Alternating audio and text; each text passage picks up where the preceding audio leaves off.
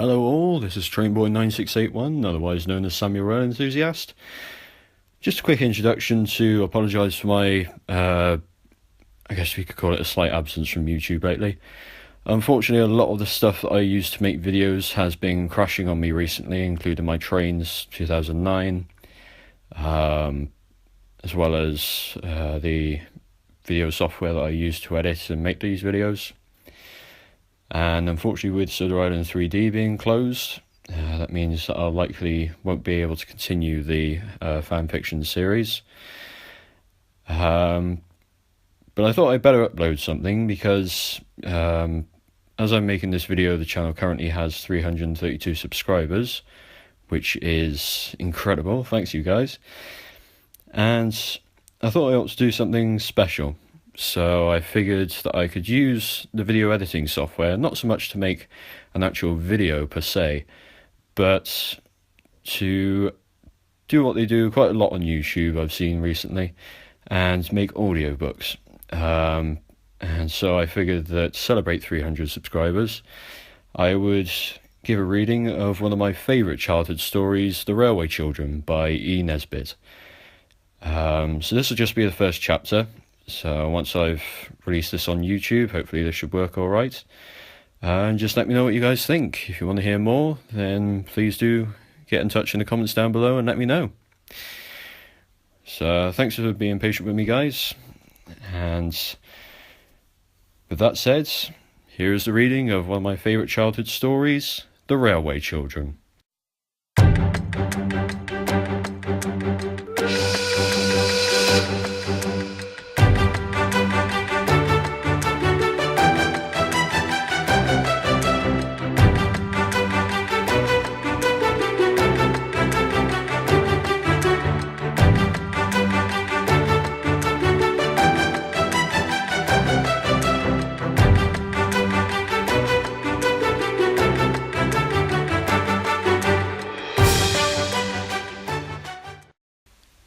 Chapter 1. The Beginning of Things.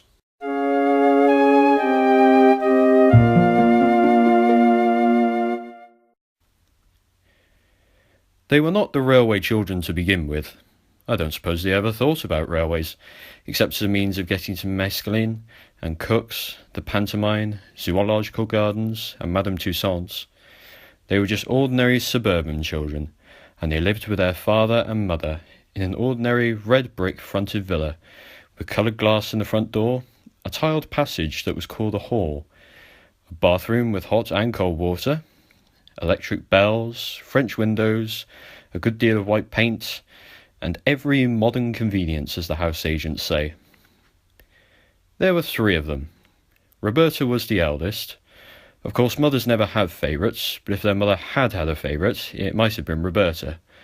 Next came Peter, who wished to be an engineer when he grew up, and the youngest was Phyllis, who meant extremely well. Mother did not spend all her time in paying dull calls to dull ladies, and sitting dully at home waiting for dull ladies to pay calls to her. She was almost always there, ready to play with the children and read to them, and to help them do their home lessons. Besides this, she used to write stories for them while they were at school, and read them aloud after tea. And she always made up funny pieces of poetry for their birthdays and for other great occasions, such as the christening of the new kittens, or the refurbishing of the doll's house, or the time when they were getting over the mumps.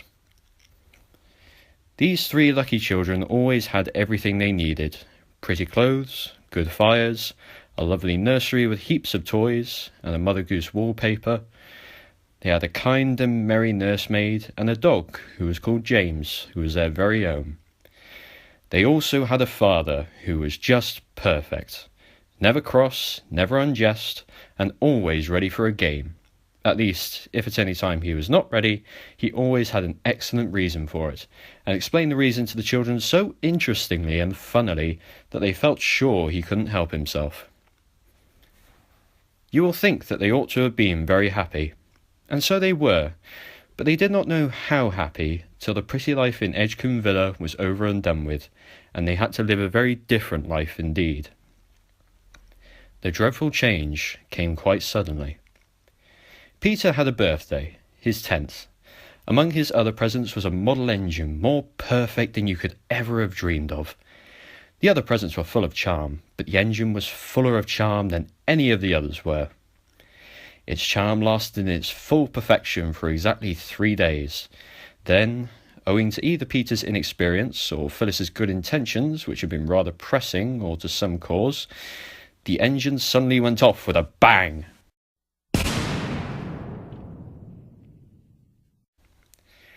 James was so frightened that he went out and did not come back all day. All the Noah's Ark people who were in the tender were blown to bits, but nothing else was hurt except the poor little engine and the feelings of Peter. The others said he cried over it, but of course boys of 10 do not cry, however terrible the tragedies may be which darken their lot. He said that his eyes were red because he had a cold. This turned out to be true, though Peter did not know it when he said it. The next day he had to go to bed and stay there.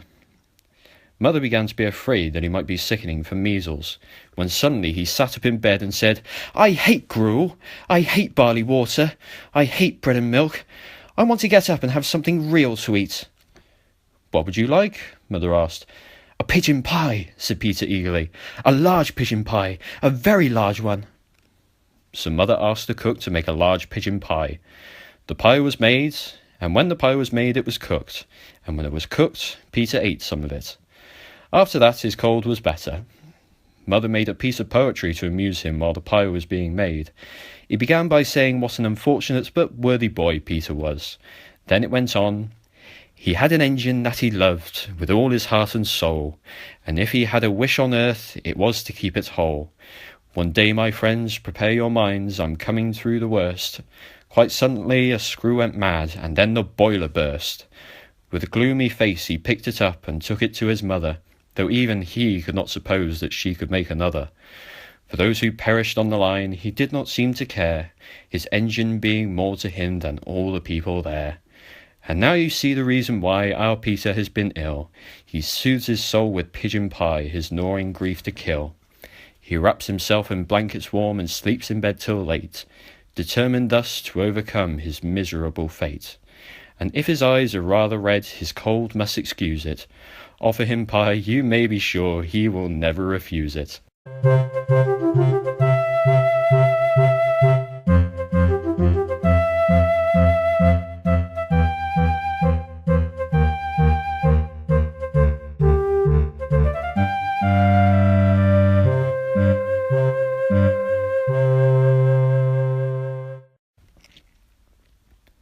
Father had been away in the country for 3 or 4 days. All Peter's hopes for the curing of his afflicted engine were now fixed on his father, for father was most wonderfully clever with his fingers. He could mend all sorts of things. He had often acted as a veterinary surgeon to the wooden rocking horse. Once he had saved its life when all human aid was despaired of, and the poor creature was given up for lost, and even the carpenter said he couldn't see his way to do anything. And it was father who mended the doll's cradle when no one else could, and with a little glue and some bits of wood and a penknife made all the Noah's Ark beasts as strong on their pens as ever they were, if not stronger. Peter, with heroic unselfishness, did not say anything about his engine till after father had had his dinner and his after-dinner cigar. The unselfishness was mother's idea, but it was Peter who carried it out, and needed a good deal of patience too. At last mother said to father, "Now dear, if you're quite rested and quite comfy, we want to tell you about the great railway accident and ask for your advice." "All right," said the father, "fire away." So then Peter told the sad tale, and fetched what was left of his engine. Said the father, when he had looked at the engine over very carefully. The children held their breaths. "Is there no hope?" said Peter in a low, unsteady voice. "Hope? Rather, tons of it," said the father cheerfully. "But it'll want something besides hope. A bit of brazing, say, or some solder, and a new valve. I think we'd better keep it for a rainy day. In other words, I'll give up Saturday afternoon for it, and you shall all help me." "Can girls help to mend engines?" Peter asked doubtfully. "Of course they can. Girls are just as clever as boys, and don't you forget it. How would you like to be an engine driver, Phyllis?" "My face would always be dirty, wouldn't it?" said Phyllis in unemotional tones, "and I expect I should break something." "I should just love it," said Roberta. Do you think I could when I'm grown up, Daddy? Or even a stoker? You mean a fireman, said Daddy, pulling and twisting at the engine. Well, if you still wish it when you're grown up, we'll see about making you a firewoman. I remember when I was a boy. Just then there was a knock at the front door. Who on earth? Said the father. An Englishman's house is his castle, of course, but I do wish they built semi-detached villas with moats and drawbridges. Ruth, she was the parlour maid and had red hair, came in and said the two gentlemen wanted to see the master. I've shown them into the library, sir, she said. I expect it's a subscription to the vicar's testimonial, said Mother, or else it's the choir holiday fund. Get rid of them quickly, dear, it does break up an evening so, and it's nearly the children's bedtime. But Father did not seem to be able to get rid of the gentleman at all quickly. I wish we had got a moat and drawbridge, said Roberta. Then, when we didn't want people, we could just pull up the drawbridge and no one else could get in. I expect Father will have forgotten about when he was a boy if they stay much longer. Mother tried to make the time pass by telling them a new fairy story about a princess with green eyes. But it was difficult, because they could hear the voices of Father and the gentleman in the library, and Father's voice sounded louder and different from the voice he generally used to people who came about testimonials and holiday funds. Then the library bell rang, and everyone heaved a sigh of relief. They're going now, said Phyllis. He's rung to have them shown out. But instead of showing anybody out, Ruth showed herself in, and she looked queer, the children thought. Please'm, she said, the master just wants you to step into the study. He looks like the dead, mum. I think he's had bad news. You'll best prepare yourself for the worst, mum. Perhaps it's a death in the family, or a bank busted, or... That'll do, Ruth, said Mother gently. You can go. Then Mother went into the library. There was more talking. Then the bell rang again, and Ruth fetched a cab. The children heard boots go out and down the steps. The cab drove away, and the front door shut.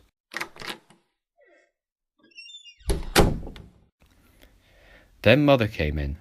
Her dear face was as white as her lace collar, and her eyes looked very big and shining.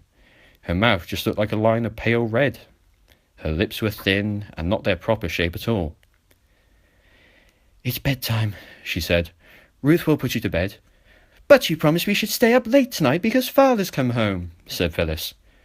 Father's been called away on business, said Mother. Come, darlings, go at once. They kissed her and went. Roberta lingered to give Mother an extra hug and to whisper, It wasn't bad news, Mummy, was it? Is anyone dead, or... Nobody's dead, no, said Mother, and she almost seemed to push Roberta away. I can't tell you anything tonight, my pet. Go, dear, go now. So Roberta went. Ruth brushed the girls' hair and helped them to undress. Mother almost always did this herself. When she had turned down the gas and left them, she found Peter, still dressed, waiting on the stairs. I say, Ruth, what's up? He asked. Don't ask me no questions, and I won't tell you no lies, the red-headed Ruth replied. You'll know soon enough. Late that night, Mother came up and kissed all three children as they lay asleep. But Roberta was the only one whom the kiss woke, and she lay mousy still and said nothing. If Mother doesn't want us to know she's been crying, she said to herself as she heard through the dark the catching of her mother's breath, we won't know it. That's all. When they came down to breakfast the next morning, Mother had already gone out. To London, Ruth said, and left them to their breakfast. There's something awful the matter, said Peter, breaking his egg. Ruth told me last night that we should know soon enough. Did you ask her? Said Roberta with scorn. Yes, I did, said Peter angrily. If you could go to bed without caring whether Mother was worried or not, I couldn't, so there. I don't think we ought to ask the servant things. Mother doesn't tell us, said Roberta. That's right, Miss Goody-Goody, said Peter. Preach away. I'm not goody, said Phyllis, but I think Bobby's right this time. Of course, she always is, in her own opinion, said Peter. Oh, don't, cried Roberta, putting down her egg spoon. Don't let's be horrid to each other. I'm sure some dire calamity is happening. Don't let's make it worse. Who began, I should like to know, said Peter. Roberta made an effort and answered, I did, I suppose, but well then, said Peter triumphantly. But before he went to school, he thumped his sister between the shoulders and told her to cheer up. The children came home to 1 o'clock dinner, but Mother was not there, and she was not there at tea time. It was nearly 7 before she came in, looking so ill and tired that the children felt they could not ask her any questions. She sank into an armchair. Phyllis took the long pins out of her hat, while Roberta took off her gloves, and Peter unfastened her walking shoes and fetched her soft velvety slippers for her. When she had had a cup of tea, and Roberta had put eau de cologne on her poor head that ached, Mother said, "Now, my darlings, I want to tell you something. Those men last night did bring very bad news, and Father will be away for some time. I am very worried about it. I want you all to help me, and not to make things harder for me." "As if we would," said Roberta, holding Mother's hand against her face. "You can help me very much," said Mother, "by being good and happy, and not quarrelling when I'm away." Roberta and Peter exchanged guilty glances. "For I shall have to be away a good deal." "We won't quarrel, indeed we won't," said everybody, and meant it too. "Then," Mother went on, "I want you to not ask me any questions about this trouble, and not to ask anybody else any questions." Peter cringed and shuffled his boots on the carpet. "You'll promise this too, won't you?" said Mother. "I did ask Ruth," said Peter sullenly. "I'm very sorry, but I did." "And what did she say?" "She said I should know soon enough." "It isn't necessary for you to know anything about it," said Mother. "It's about business, and you never do understand business, do you?" "No," said Roberta. "Is it something to do with the government?" For Father was in a government office. "Yes," said Mother. "Now it's bedtime, my darlings, and don't you worry. It'll all come right in the end." "Then don't you worry either, Mother," said Phyllis, "and we'll all be good as gold." Mother sighed and kissed them. "We'll begin being good for first thing tomorrow morning," said Peter as they went upstairs. "Why not now?" said Roberta. "There's nothing to be good about now, silly," said Peter. "We might begin to try to feel good," said Phyllis, "and not call names." "Who's calling names?" said Peter. "Bobby knows right enough that when I say silly, it's just the same as if I said Bobby." "Well," said Roberta, "no, I don't mean what you mean. I mean it's just what Father calls it, a term of endearment. Good night." The girls folded up their clothes, and with more than usual neatness, which is the only way of being good that they could think of. "I say," said Phyllis, smoothing out her pinafore, "you used to say it was so dull, nothing happening, like in books. Now something has happened." "I never wanted things to happen to make Mother unhappy," said Roberta. "Everything's perfectly horrid." Everything continued to be perfectly horrid for some weeks. Mother was nearly always out. Meals were dull and dirty. The between maid was sent away, and Aunt Emma came on a visit. Aunt Emma was much older than Mother. She was going abroad to be a governess. She was very busy getting her clothes ready, and they were very ugly, dingy clothes, and she always had them littering about, and the sewing machine seems to whir on and on all day and most of the night. Aunt Emma believed in keeping children in their proper places, and they more than returned the compliment. Their idea of Aunt Emma's proper place was anywhere where they were not, so they saw very little of her. They preferred the company of the servants, who were more amusing. Cook, if in a good temper, could sing comic songs, and the housemaid, if she happened to be not offended with you, could imitate a hen that has laid an egg, a bottle of champagne being opened, and could mew like two cats fighting. The servants never told the children what the bad news was that the gentlemen were brought to Father, but they kept hinting that they would tell a great deal if they chose, and this was not comfortable. One day when Peter had made a booby trap over the bathroom door, and he had acted beautifully as Ruth passed through, that red-head parlour-maid caught him and boxed his ears. "You'll come to a bad end," she said furiously, "you nasty little imp you. If you don't mend your ways, you'll go where your precious father's gone. So I'll tell you straight."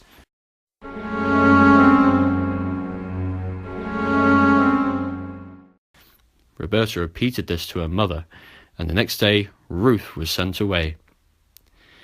Then came the time when Mother came home and went to bed, and stayed there 2 days, and the doctor came, and the children crept wretchedly about the house and wondered if the world was coming to an end. Mother came down one morning to breakfast, very pale and with lines on her face that used to not be there. And she smiled as well as she could and said, "Now, my pets, everything is settled. We're going to leave this house and go live in the country. Such a ducky, dear little white house. I know you'll love it." A whirling week of packing followed.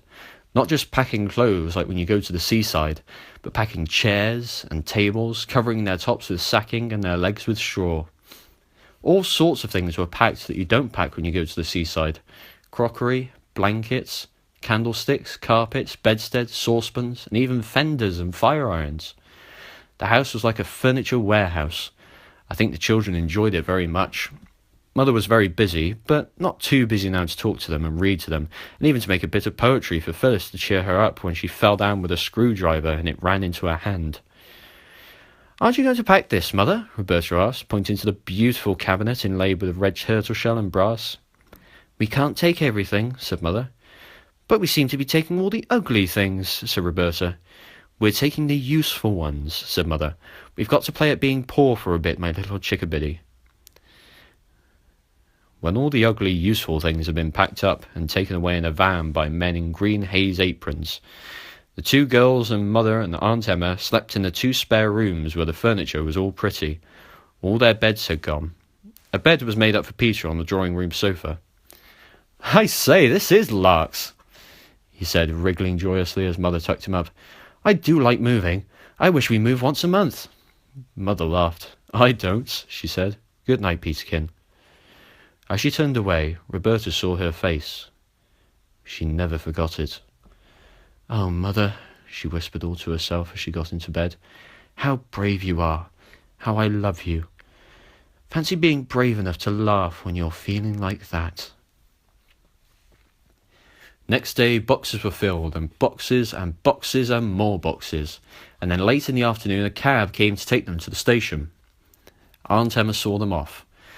They felt as if they were seeing her off, and they were glad of it. "Oh, but those poor little foreign children that she's going to governess," whispered Phyllis. "I wouldn't be them for anything." At first they enjoyed looking out of the window, but when it grew dusk they grew sleepier and sleepier, and no one knew how long they had been in the train when they were roused by Mother shaking them and gently saying, "Wake up, dears, we're there." They woke up, cold and melancholy, and stood shivering on the draughty platform while the baggage was taken out of the train. Then the engine, puffing and blowing, set to work again and dragged the train away.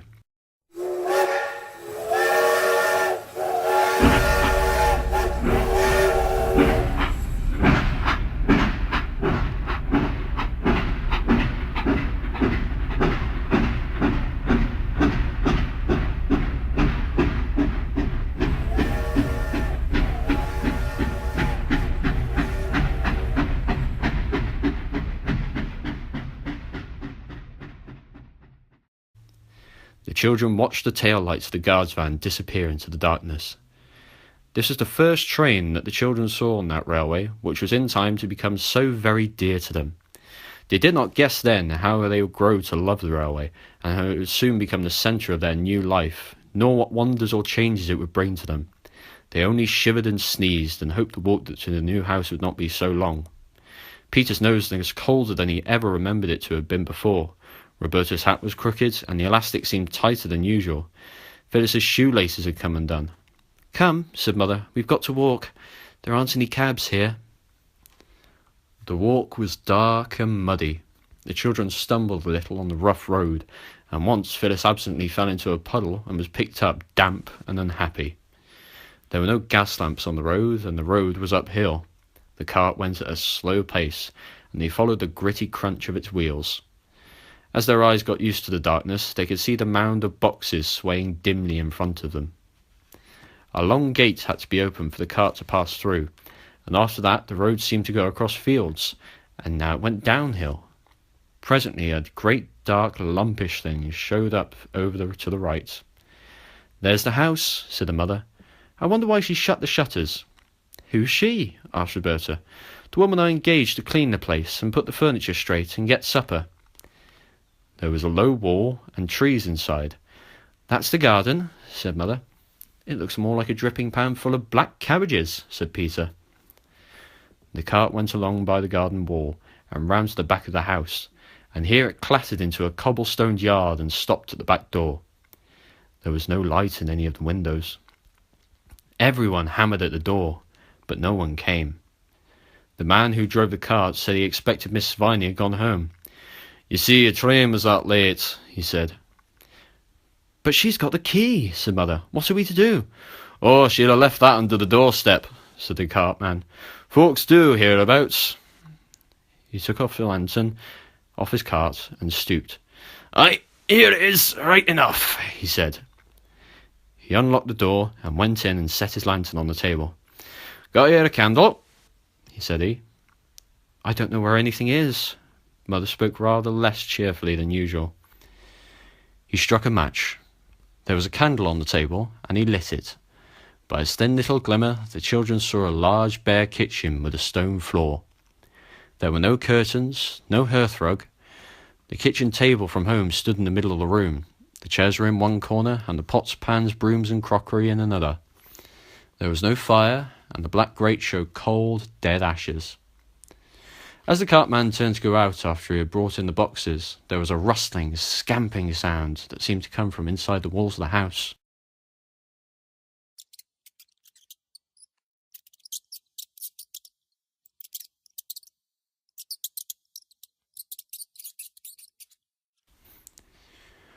"Oh, what's that?" cried the girls.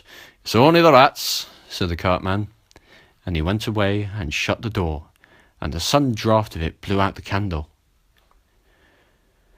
"Oh dear," said Phyllis, "I wish we hadn't come," and she knocked a chair over. "Only the rats," said Peter in the dark.